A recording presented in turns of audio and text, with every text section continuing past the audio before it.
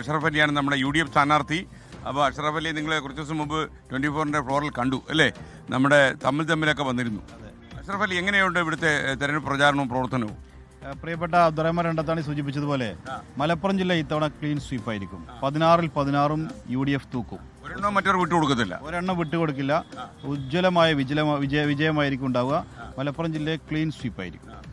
ഈ അഷ്റഫ് അലിയുടെ ഒരു ബയോഡേറ്റ എങ്ങനെയാണ്? ഇവിടെ ഇപ്പം ഇത്രയും ആത്മവിശ്വാസത്തോടെ ഈ ഇത്രയധികം സീറ്റുകൾ കരസ്ഥമാക്കുമെന്ന് പറയുമ്പോൾ താങ്കൾ മുന്നോട്ട് വയ്ക്കുന്ന ഒരു പ്രൊഫൈൽ എന്താണ്?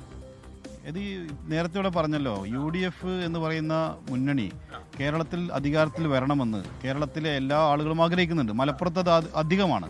ഇവിടുത്തെ സഖാക്കൾ വരെ, ഇപ്പം ഞങ്ങളൊക്കെ ഫീൽഡിൽ ആളുകളുമായി വോട്ട് ചോദിച്ചുകൊണ്ടിരിക്കുകയാണ്. സഖാക്കളായ ആളുകൾ വരെ ഞങ്ങളോട് കൈപിടിച്ചുകൊണ്ട് ഇത്തവണ ഉറപ്പാണ് എന്ന് പറയുന്നുണ്ട്. സഖാക്കളോ? അവർക്കെന്ത് പറ്റി? അവർ പറയുന്നത് അവരുടെ പാർട്ടി കേരളത്തിൽ നിലനിൽക്കണമെങ്കിൽ അവർ ഇത്തവണ ഭരണത്തിൽ നിന്ന് പുറത്തിറങ്ങണം, അല്ലെങ്കിൽ അവർ മുഖ്യമന്ത്രിയോട് ചോദിച്ചിരുന്നു. അപ്പോൾ മുഖ്യമന്ത്രി പറഞ്ഞ എന്താണെന്നറിയാമോ?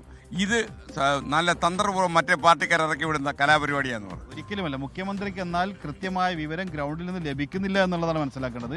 എനിക്ക് ലഭിക്കുന്ന, ഞാനിപ്പോൾ കൊണ്ടോട്ടിയിൽ മത്സരിക്കുന്നു, CPM-ന്റെ കേന്ദ്രങ്ങളാവട്ടെ മറ്റു സ്ഥലങ്ങളിലാവട്ടെ ഇടതുപക്ഷക്കാരായി കാണുന്ന ആളുകളൊക്കെ തന്നെയും പറയുന്നത് ഞങ്ങളുടെ പാർട്ടിയെ രക്ഷിക്കണമെങ്കിൽ ഞങ്ങൾ പ്രതിപക്ഷത്തിരിക്കണം, ഇരുത്തിയേ പറ്റൂ എന്ന് പറഞ്ഞ കൃത്യമായ സഖാക്കളുണ്ട്. ഈ തെരഞ്ഞെടുപ്പിന്റെ ചൂടിനൊപ്പം തന്നെ കാലാവസ്ഥയുടെ ചൂടും അതികഠിനമാണ്.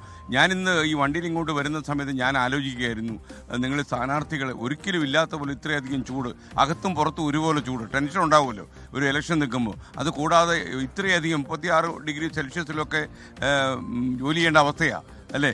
പണി പാടുമോ? ഒരിക്കലുമില്ല. കാലാവസ്ഥ പ്രതികൂലമാണെങ്കിലും അതിനെയൊക്കെ മറികടക്കുന്ന ആവേശം പ്രവർത്തകരിലുണ്ട്. ഞങ്ങൾ യുവാക്കൾ എന്ന രീതിയിൽ ഞങ്ങൾക്ക് മത്സരിക്കാൻ പാർട്ടി തന്ന അവസരത്തെ വളരെ ക്രിയാത്മകമായി ഉപയോഗപ്പെടുത്തിക്കൊണ്ട് നന്നായി ഇടപെടുന്നുണ്ട്. പിന്നെ ചില ഇതിനെ പ്രൊട്ടക്ഷൻ ചെയ്യാനുള്ള ചില മാർഗങ്ങളൊക്കെ പരീക്ഷിച്ചുകൊണ്ട് അങ്ങനെ മുന്നോട്ട് പോകുന്നുണ്ട്.